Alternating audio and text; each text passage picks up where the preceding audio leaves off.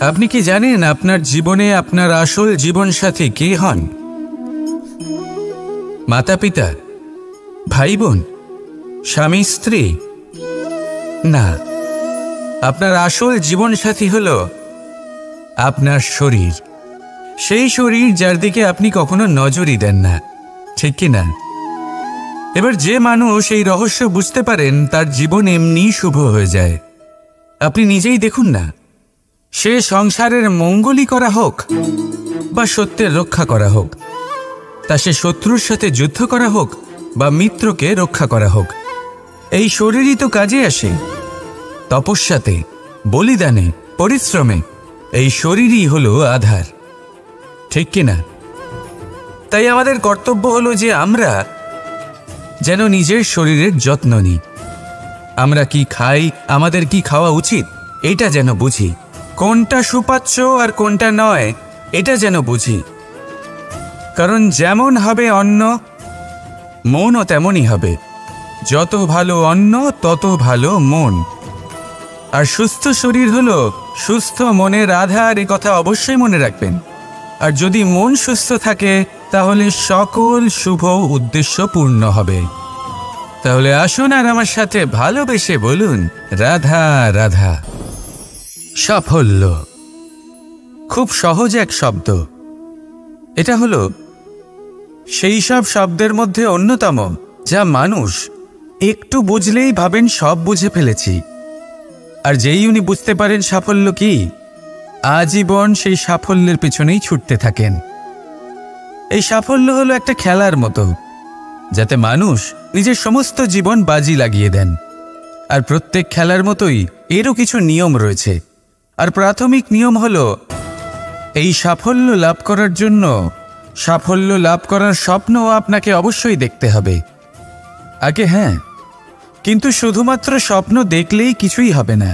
স্বপ্ন দেখুন, তারপরে আপনার নিজের নিদ্রাকে ভঙ্গ করতে হবে, দিনরাত পরিশ্রম করতে হবে, দিনরাত চেষ্টা করতে হবে। তবেই এই সাফল্য আপনার কাছে আসবে আর আপনার পদানত হবে। তাহলে স্বপ্ন দেখুন আর পরিশ্রম করে তাকে সার্থক করুন। যদি এটা করেন তবেই সাফল্য সহজেই আপনার কাছে আসবে।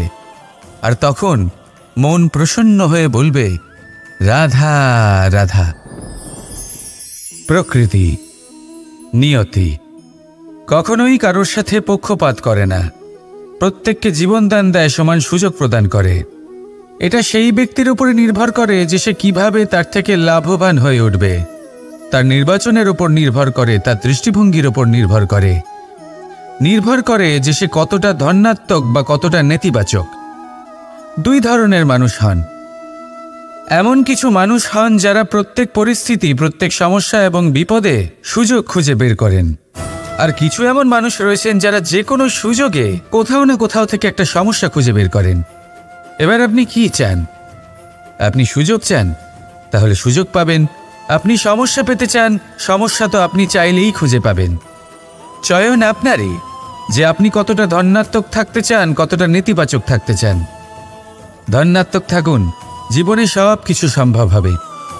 আসুন আর আমার সাথে ভালোবেসে বলুন, রাধা রাধা। আমরা যে মানুষকে চাই, যাকে আমরা ভালোবাসি, তাকে একটা উপহার অবশ্যই দিতে চাই। এমন এক উপহার যা ওনার ভালো লাগবে, যা শ্রেষ্ঠ হবে, অতি প্রিয় হবে, বহুমূল্য হবে বা বলতে পারেন মূল্যবান হবে। তাই আমরা কি করি? আমরা বাজারে যাই, তার জন্য স্বর্ণ, আভূষণ, হিরে, মুক্ত এই সব নিয়ে আসি। কিন্তু এটাই কি সর্বশ্রেষ্ঠ উপহার? কখনোই নয়। সর্বশ্রেষ্ঠ উপহার হলো স্বাধীনতা। তাকে নিজের মনের মতো বাঁচার স্বাধীনতা। যদি আপনি কাউকে স্বাধীনতা না দিতে পারেন, তাহলে সে কোথাও না কোথাও বন্দী হয়ে যায়, তার বিকাশ কোথাও না কোথাও আটকে যায়। কিন্তু যদি আপনি কাউকে স্বাধীনতা দিতে পারেন, তাহলে আপনি দেখবেন ও সমস্ত সংসারকে, এই জীবনকে নিজের দৃষ্টিভঙ্গি দিয়ে দেখবে, বুঝবে যে কোনটা হলো উচিত আর কোনটা হলো অনুচিত। আর এটাই হলো সর্বশ্রেষ্ঠ। আর এবার যদি কাউকে স্বাধীনতার মাধ্যমে এত বড় একটা শক্তি দিতে পারেন, তাহলে আপনি আমাকে বলুন, এর থেকে বড় উপহার আর কি হতে পারে? আসুন আর আমার সাথে ভালোবেসে বলুন, রাধা রাধা। সঞ্চয়। মানুষের যখন থেকে বোধবুদ্ধি হয় সঞ্চয় করতে আরম্ভ করে দেন। সঞ্চয় করতে থাকেন ভোজনের, সঞ্চয় অর্থের, সঞ্চয় শক্তির।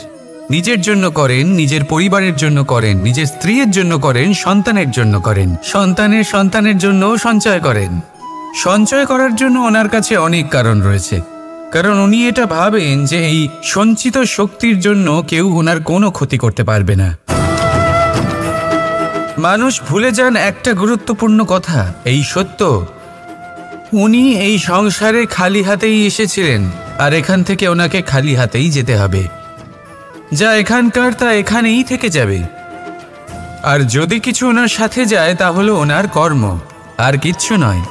তাই যদি কিছু অর্জন করতে চান তাহলে শুভ কর্ম অর্জন করুন, আত্মশক্তি অর্জন করুন, কারণ পরলোকে এটাই হবে আপনার সম্পত্তি।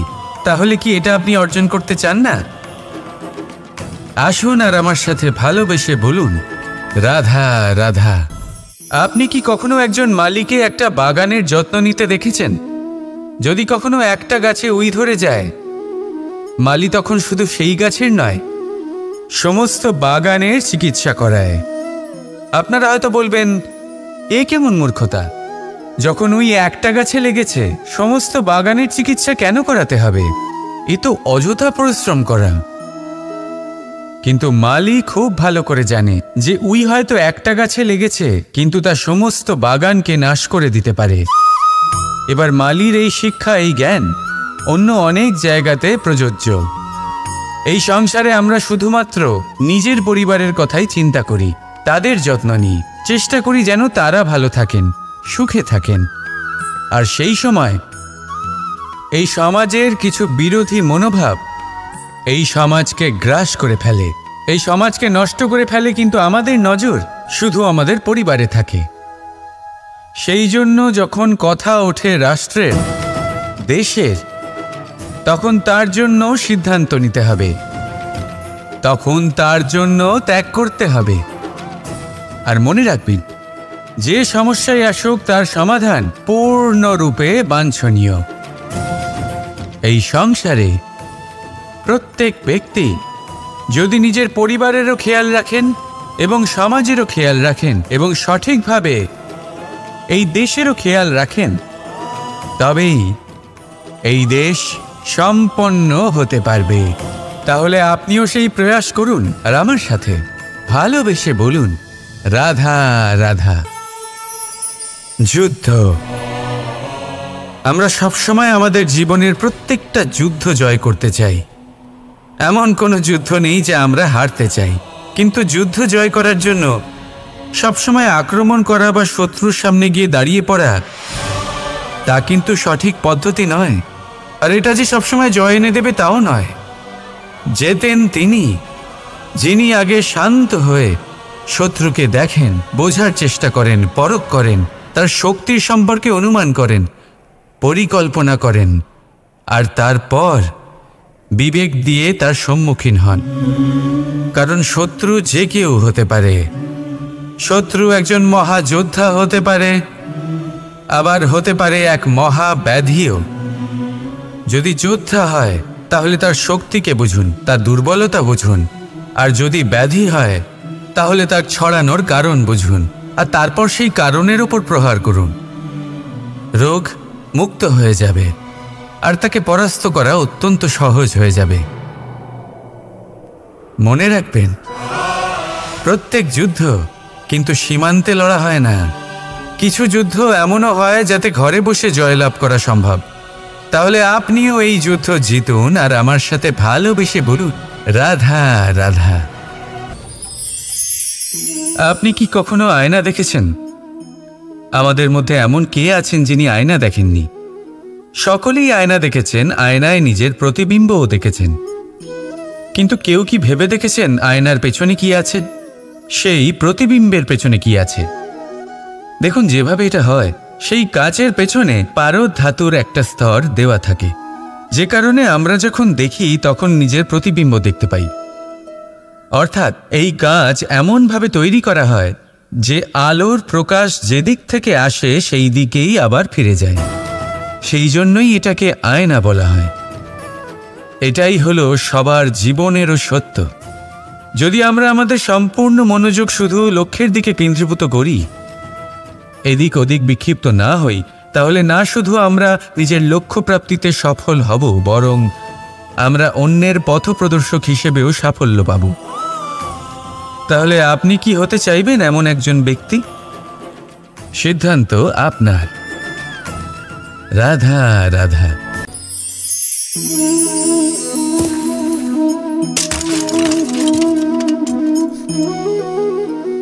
একই হলো, আমি আঘাত পেতেই এটা হাত থেকে পড়ে গেল কেন, ভেঙে গেল কেন? এবার আপনি বলবেন এরকমই তো হয়ে থাকে এই জীবনে, এই সংসারে। আঘাত লাগার পরে আমাদের হাতে যা থাকে তা পড়ে যায়, যা তৈরি হয় তা ভেঙেও যায়। কিন্তু এটা কি সত্যি? আপনাকে একটা কথা বলে রাখি, আঘাত পেয়ে পড়ে যাবার পরে সংসারের যে কোনো বস্তুই হাত থেকে পড়ে যাক না কেন, সাফল্য অবশ্যই আসে। যতই খারাপভাবে আপনি পড়ে যান, আপনি আঘাত পান, ভবিষ্যৎ অবশ্যই ভালো হবে। কারণ এই আঘাত, অসফলতা, এই অসুবিধা, এগুলো আমাদের এমনভাবে পরিশুদ্ধ করে যেমন আগুন সোনাকে করে থাকে। সেই জন্য জীবনে শুধু সামনে এগোতে থাকুন, দৃঢ়তার সাথে এগোতে থাকুন, আর কখনো আঘাত পেয়ে পড়ে যেতে ভয় পাবেন না। কারণ এটা আসন্ন সাফল্যের সংকেত। আর সাফল্য তখনই আসবে যখন আপনি পড়ে যাবেন, যখন আপনি আবার উঠে দাঁড়াবেন এবং আপনি আবার জীবনে সামনে এগোতে থাকবেন। রাধা রাধা। সফলতা, অসফলতা ব্যক্তির জীবনের দুই গুরুত্বপূর্ণ স্তর।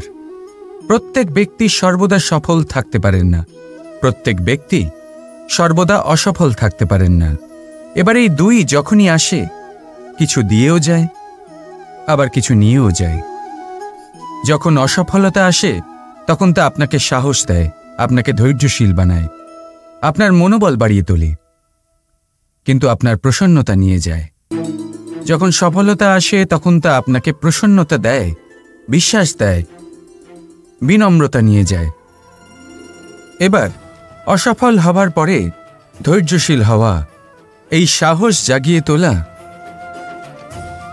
তাও বলা যায় সরল। কিন্তু সফল হবার পরে বিনয়ী থাকা সব থেকে কঠিন। কিন্তু ততটাই গুরুত্বপূর্ণ হলো বিনয়ী থাকা। যখনই জীবনে আপনার সাফল্য আসবে, নিজের মনকে সংযত রাখুন, বিনম্রতাকে যেতে দেবেন না। যদি এরকম হয়, তাহলে সেই সাফল্য শিশিরের ফোঁটার মতো লুপ্ত হয়ে যাবে। রাধা রাধা। আপনি এটা দেখতে পাচ্ছেন? আপনি নিশ্চয়ই ভাবছেন এটা জট কি করে বাঁধল। তার কারণ এই হলো, আমি এই সুতো ঠিক করে গুছিয়ে রাখতে পারিনি। এটার দুটো দিক একসাথে জড়িয়ে গেছে, আস্তে আস্তে পুরোটা জড়িয়ে গেল, আর তারপর দেখুন এমন একটা জট পেকে আছে যে আমি কিছুতেই বুঝতে পারছি না এটাকে খুলবো কিভাবে। তাই মনে রাখবেন, যদি কোনো লম্বা সুতোকে ঠিক করে গুছিয়ে না রাখেন, তাহলে সেটা জড়িয়ে যাবে। এইভাবেই আমাদের জীবনে আমাদের জিহ্বা, আমাদের কথা, যদি এই জিহ্বা আপনারা সামলে না রাখতে পারেন, তাহলে শুধুমাত্র কষ্ট পাবেন। তাই নিজের শব্দ, এর ওপরে নিয়ন্ত্রণ রাখুন, সর্বদাই ভালো হবে। আর আসুন আমার সাথে ভালোবেসে বলুন, রাধা রাধা। এই ছোট কাঠের ডাল দেখতে পাচ্ছেন আপনি? একটা বৃক্ষ থেকে এরম হাজার হাজার ডাল পাবেন, যা দিয়ে আপনি আগুন জ্বালাতে পারবেন, যা নিজে জ্বলে আমাদের ভোজন বানাতে সাহায্য করে থাকে, যা নিজে জ্বলে অন্ধকারে আমাদের আলোকিত করে। যদি এটাই অন্যভাবে দেখা যায়, তাহলে এমনই এক ছোট্ট ডালের টুকরো একটা ছোট্ট ফুলকিতেই নিজের সাথে হাজার হাজার বৃক্ষ জ্বালিয়ে দিতে পারে।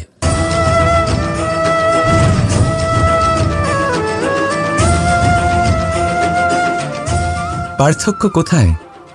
পার্থক্য হলো শুধু দৃষ্টিভঙ্গিতে, মানসিকতায়। যদি এই মন শীতল রাখেন, শান্ত রাখেন, তাহলে অসংখ্য মানুষের জীবন আলোকিত করবেন। যদি ক্রোধ আর অহংকারের আগুনে জ্বলতে থাকেন, তাহলে শুধুমাত্র বিনাশ করবেন।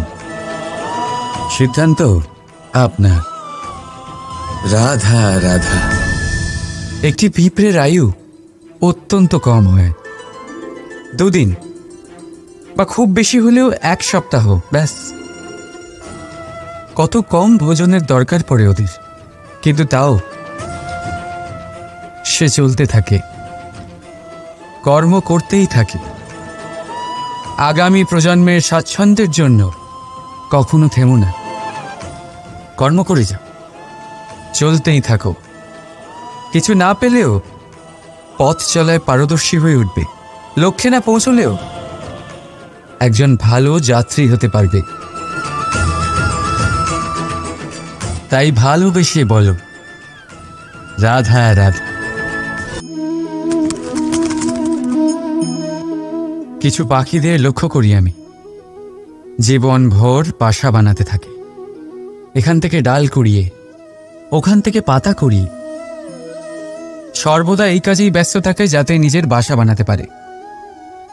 আর এই কাজে এত মগ্ন থাকে যে নিজেদের ডানার অস্তিত্বের বিষয় সম্পূর্ণভাবে ভুলে যায়। ভুলে যায় যে তাদের কাছে এক বিশাল আকাশও আছে ওড়ার জন্য। আর কোথাও এই জীবন বাসা বানাতে বানাতে ভস্ম হয়ে যায়। আমাদের মানুষের সাথেও এমনই হয়। জীবন যাপনের জন্য অর্থ অর্জন করতে করতে এত ব্যস্ত হয়ে যায় যে ভুলেই যায় যে আমাদের জীবন যাপনও করতে হবে। অর্থ জীবন ধারণের জন্য হয়, জীবন ধারণ অর্থের জন্য নয়। তাই বলছি, শুধু বাসা বানাতে থাকবেন না, নিজেদের ডানাগুলি মেলুন আর উড়ান দিন এই খোলা মহাকাশে। আর ভালোবেসে বলুন, রাধা রাধা। জীবনে সময় যেমনই আসুক, আপনজনদের সঙ্গ অত্যন্ত প্রয়োজনীয়। সুখ হলে বেড়ে যায়, দুঃখ হলে ভাগ হয়ে যায়। আপনজনদের সাথে কিভাবে সময় কেটে যায় তা বোঝাই যায় না, তাই না? একবার ভেবে দেখুন, যদি আপনাকে এমন কোনো এক স্থানে রেখে আসা হয় যেখানে আপনার কোনো আপনজন নেই, আপনার কোনো আত্মীয় নেই, কোনো বন্ধু নেই, তাহলে কি হবে? প্রতিটা মুহূর্ত কতটা লম্বা মনে হতে শুরু করবে। ততক্ষণ মনে হবে যতক্ষণ না আপনি কাউকে আপনজন বানাচ্ছেন। এখন ভাববার বিষয় এটাই যে কে আপনার সেই আপনজন।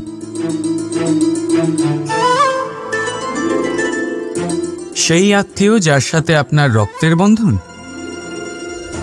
নাকি সেই বন্ধু যার সাথে আপনি বাল্যকাল থেকে বড় হয়েছে, নাকি সেই সহকর্মী যার সাথে আপনি কাজ করেন? কেউ আপন সেই যে বিপদের সময় আপনার পাশে থাকে। আপনজনের পরখ সময়ের কোষ্ঠী পাথরে করা। তাই মনে রাখবেন, আপনজনদের সাথে সময়ের খেয়ালই থাকে না, কিন্তু সময়ের সাথে আপনজনদের অবশ্যই চেনা যায়। তাই ভালোবেসে বলুন, রাধা রাধা। আমাদের জীবনে শিক্ষকের অবদান অনস্বীকার্য।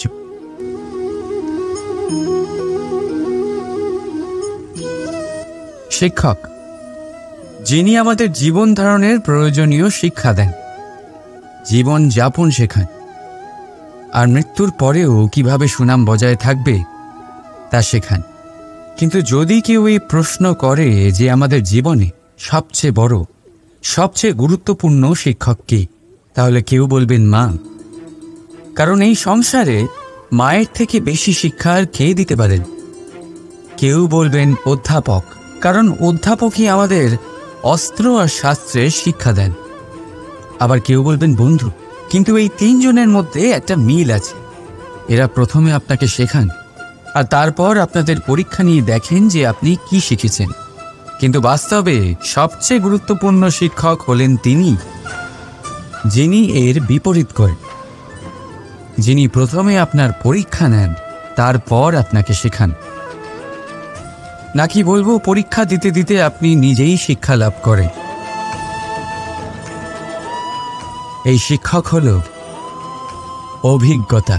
এই জন্য অভিজ্ঞ আর অভিজ্ঞতাকে সঙ্গে রাখলে এই জীবনে আপনাকে কখনোই অসফল হতে হবে না। তাই ভালোবেসে বলুন, রাধা রাধা।